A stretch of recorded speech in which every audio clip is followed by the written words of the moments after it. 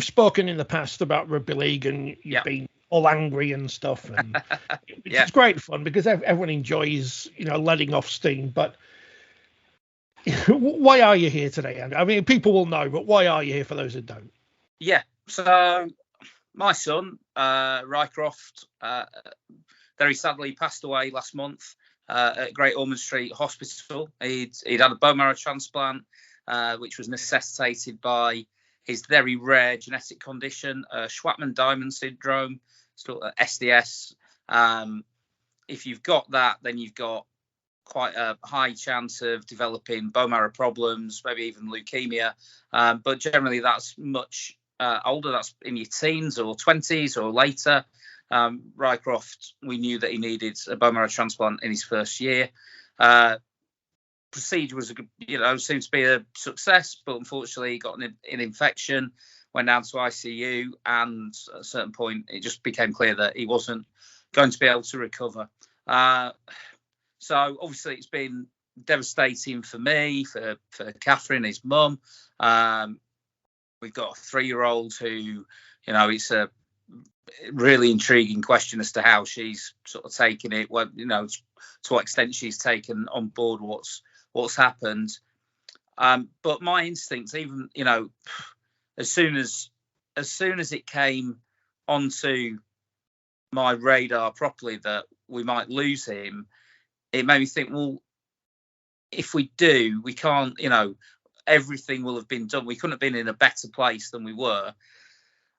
And if we lose him, then what can we do what's next? We're not just going to forget him. We're not just going to carry on as if he was never here. And we've got a great opportunity to do something that's going to help children like him, because, they didn't, once Rycroft had died, they didn't pack up everything at Great Ormond Street ICU. They weren't done. It's onto the next kid, onto the next child that they're trying to save, and they've got a very good record of sending kids home happy and healthy. So we just want to help nudge a few more into the right column. And I knew from the off, I knew that the rugby league community could be a massive part of that. Through the last few years, and just being sort of quite an active member of the online rugby league community, talking about serious things, talking about funny things. I knew that there's a lot of people out there who would care, who'd want to know about what happened with Rycroft, and would want to know what they can do to help. And that's how it's been. The fundraising's just gone through the roof. I think we're just about to crack £40,000. And then on Monday, Bradford Bulls have dedicated the match to Rycroft. There's going to be a celebration of him in the 16th minute. I'm, got friends, family coming from all over, and it sounds like we're going to get rugby league fans from all sorts of different clubs bowling up. The happy coincidence that it's on a Monday night, so as far as I know, it's the only rugby league game taking place anywhere. Professional rugby league game taking place anywhere that day. So it's an opportunity for people to get together and do some good, raise some money, raise some awareness of the need to get more people on the donor list for bone marrow stem cell, but also just celebrate a really brilliant little boy who very sadly never got to go to a rugby league match. We've got an opportunity to redress the balance a bit on Monday night. You mentioned awareness, and this will be a thing that I never heard of it until this obviously happens, Elliot. And I guess that's going to be the case for the majority of people who are listening and watching and reading Rycroft's story. Yes. So I'd say Shwachman Diamond Syndrome, it's like a 1 in 80,000 birth sort of thing. And so the community there needs, the way that people are affected by it can vary massively. Generally, kids with SDS tend to be, much smaller than their peers. But I understand there's one 16-year-old who's got SDS, but he's also 6'6". So it plays out really differently for different people. But everyone's potentially living under the shadow of this danger of bone marrow failure, like really nasty cancers and similar diseases that are associated with that. So the support for them is huge. I think in terms of the awareness, something that's really struck me is that a lot of people say, "Oh, well, I donate blood. I'm on the organ donation list. I've never thought about being a bone marrow donor," and then they're a bit shocked when they realise that actually, so Anthony Nolan's one of the biggest charities for getting people on the register. You've got to be under 30. You know, their register is open to 16 to 30-year-olds, and after that, you know, it's not cost effective to put you on the donor list. So we're actually looking for 16 to 30-year-olds, particularly men, to put their hand up, just get it's literally just a cheek swab, and then it could be down the line that you're a match with someone and you save their life. So it's incredible the level of opportunity there is to take something terrible and make it transformative, and that's what we're hoping to do. We're not expecting that just to happen overnight on Monday, but we're wanting that to be another step in the process, and we think it can be. Have you got any ongoing plans after Monday? Then are you irons in the fire that you're working on?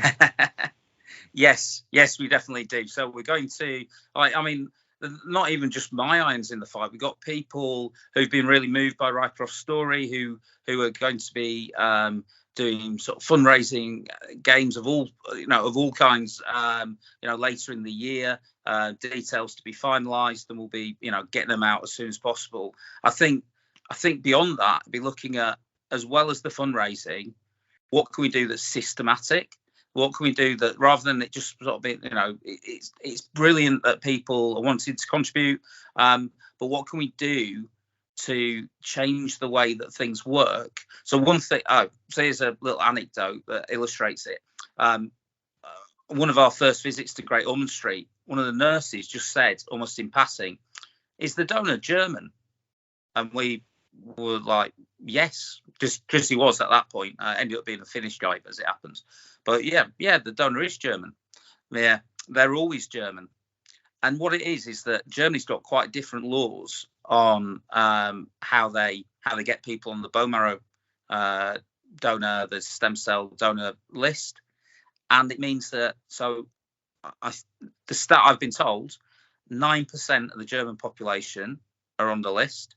3% of the British population are on the list. So that causes, firstly, there's that issue of, are we taking a bit of a free ride on other countries that have better legislation on this? And then secondly, that is bad news for anyone who's from a background that isn't that well represented in Germany and other countries with the laws that generate the most bone marrow donors. You get a grading in terms of a match, and sometimes bone marrow donations have to go ahead with less than optimal donor match, because that's the best of several bad options. So the more people that we can get onto the register, the more people down the line, it's a long process, but down the line there's going to be people going home to their families who wouldn't have done otherwise. And this can be, it's little tiny steps, but they all add up, almost analogous with the fundraising. People, you got Derek Beaumont chucked in £1,000, and that's fantastic and remarkable, given, I don't know if you've seen that Derek and I have had our run-ins with each other, which is all great and sort of moves things forward. But then when it came to this, he didn't think twice. He said, look, let's get this going, and put £1,000 in, and that's superb. But also you got other people giving £5, and that's superb too, because every little bit just accumulates and goes towards helping someone down the line, and we'll never know which was the pound that just moved someone from from the wrong side of the line to the right side of the line, where they get to go home with their families. So we're really excited about what we're doing in the future. And we think what I really like, obviously the game on Monday is televised via Play. Very keen to give the celebration, the Rycroft tribute a bit of prominence, and we're hoping that can, help keep the snowball rolling and gaining momentum. Because I mean, we do present ourselves as a sport as being one that's makes big positive contribution in the community. And I think this is an example, you couldn't really get a better example of it. We've seen it with Rob Barrow. We've seen, there's going to be a legacy there. It seems, there's work to do. I know they've got a total that they're going after, but it seems like they are well on their way to creating the Rob Barrow Centre for motor neuron disease, and that's going to help families in the future. And I know, that I take a lot of inspiration from seeing how Jeff Burrow goes about it. Like, he is determined that one day someone's going to get a motor neuron disease diagnosis, and it's not going to be that big a deal because we'll know how to deal with it. And so I'm hopeful that we can sort of start a snowball rolling here, and it might just be a small part of something bigger that goes on. But whoever's on the receiving end, it's going to be, it's going to be huge for them, and that's what we want for Rycroft, is for what, his story, his life, to be part of something that goes on and helps other people. Was Derek's donation kind of a thanks for co-creating the 1895 Cup he sponsored? I very kindly got invited along to the unveiling of the Boston Risman Sullivan statue, and Gareth Keir introduced me to some Rugby League dignitary, as the co-creator of the 1895 Cup, and I was like, oh, that is slightly tongue in cheek, Gareth, but I'll happily take it. I'm very. I mean, well, it's incredible, really, that Lee have a chance to win both cups in consecutive years, and the finalists this year are great examples of what we were hoping the 1895 Cup would end up being. And I think it's really interesting. Halifax, last time, they upset London. So in 2019, they upset London, and then they beat Bradford in the quarterfinal, and they got to the semi. Had a heroic semi-final against St Helens, but they went out. I think they went out to Sheffield. It was meant to be a home game. It was played on a Wednesday at Keighley, I think, because there just wasn't, you can't fit the extra cup games in. So I'm really glad they took my co-creation. For everyone out there wondering, I didn't really co-create the 1895 Cup, but I did propose that you draw the semi-finalists from the furthest progressing Championship and League One sides. And that means you don't need to run quarterfinals, and it actually increases the prestige of the competition, because there is the cup, and we know that it's unlikely that a championship team will ever make the final of the Challenge Cup, but it does mean that they've, if they progress to the last four of Championship and League One teams, then Wembley's there. And now Batley, first time in their history, are going. My good friend, who's a Halifax fan, that was one of his first memories. He's going and seeing them beat St Helens in '87. They were there the year after, lost to Wigan in '88. That's a long time, So he's got kids of his own now. So it's a generation that wouldn't have seen Halifax at Wembley that now are seeing them there. So if Derek was minded towards being positive to me on the 1895 thing, well, that's all great. It's been I really hope that the 1895 Cup is here to stay. I've got to be slightly facetious at times because it's obviously a very serious and sad story. But and as glib as it sounds, you're trying to turn that into a positive for everyone going forward. Oh yeah, I mean it's a strange thing, that we. I'm in a situation. So both my parents are still here. Both her parents are still here. Neither of us have ever lost a sibling. We lost our grandparents, but to lose someone out of the natural running order, and for it to be our child, it's just you never think it's going to be you until it's you, and it is just a very straight. There's. I know that one of our, so WhatsApp group that I'm on, and someone said, but it's weird to think that you were there at Great Ormond Street and you were sending your sort of gifs of the NRL, like what sort of best tries and things. You're like, well, yeah, because like even in the sort of darkest times, sort of life goes on, and you have these, you just have to, just carry on with being sort of silly and being interested in trivia and looking at the I thought no one seems to picked up on it too much yet. Good, it's a Wakefield stat as well. Have you seen this, Richard? That so in the first 8 games of the season, Warrington won 8 out of 8 and Wakefield lost 8 out of 8, and in the subsequent 11. They are tied neck and neck, 1-3, lost 8. So, and they play this weekend. Is that right? So yeah, that's the decide. So lately, but I just love, and that's the thing. I think that's part of the joy of being a rugby league fan is just finding these minutiae and distractions and enjoyments.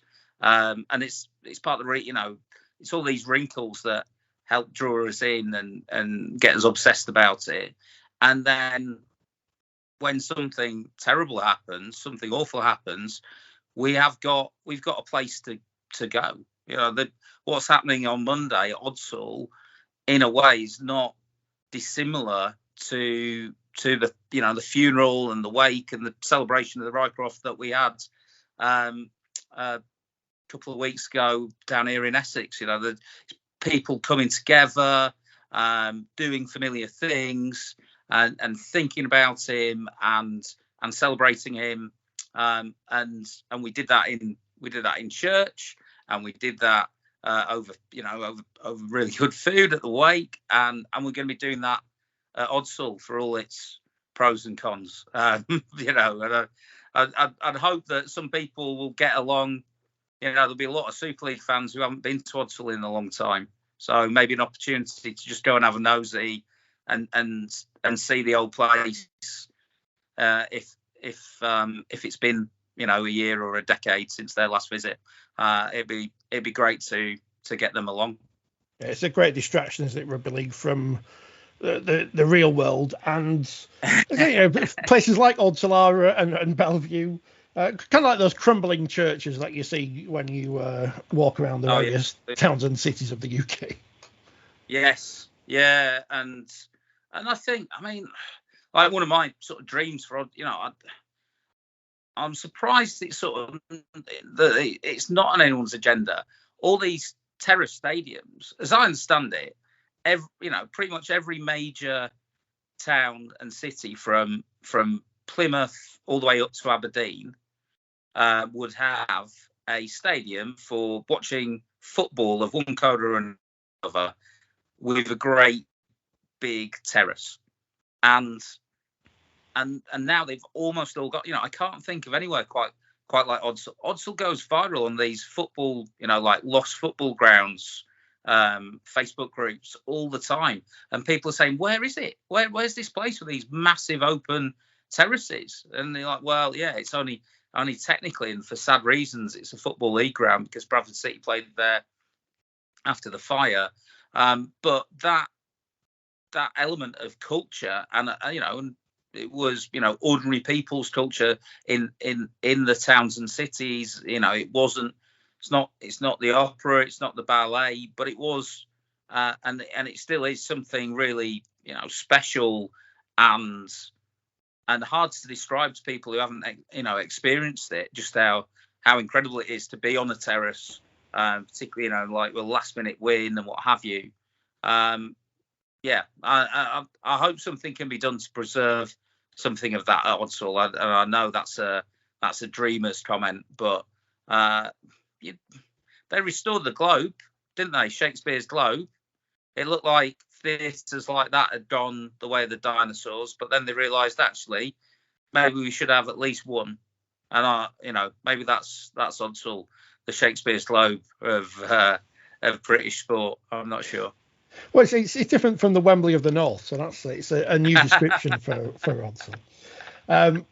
Thank you for your time, Andrew. Obviously, I appreciate that it's not the best of circumstances and everything, and we send all our best to you and your family. But getting positives out of this, hopefully a big crowd on Monday at Odsal, and supporting the events going forward, which I'm sure you'll tell everyone about when they're arranged. But what's the best ways people can get involved at the minute to remember Rycroft and support the organisations you'd like us to support?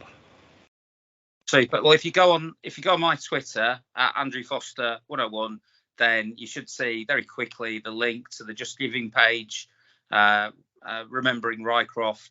If you look for the hashtag Rycroft, RYCROFT, then you will very quickly get that link, and that's the easiest way. Is just chuck a little bit in. If you're not able to make it on Monday, then think about what it'll cost you in bus fare or petrol money, and if you can spare even a little bit of that, that would be superb. But if you can make it, then I'm hopeful that something a little bit special will happen on Monday. And I was there for the Rob Barrow game. The Leeds Bradford game just after his diagnosis was announced, where he played his final match, and I travelled 200 odd miles to get there because I knew I'd probably never see anything quite like that again. Rob Barrow's a legend of rugby league, and that's why that was such a huge event. I wouldn't compare it to that in every sense, but there might be just something, it does seem to have touched people because rugby league's a game that's made up, it needs its Rob Burrows and it needs its Rycrofts too. I'm hopeful that Rycroft would have been a big rugby league fan. So if people can't get there, get on the Just Giving page. And if people can get there, then brilliant to see you, and come and say hello, and we'll have a chat and a laugh and maybe a cry, and we'll do some good, and we'll be part of something special.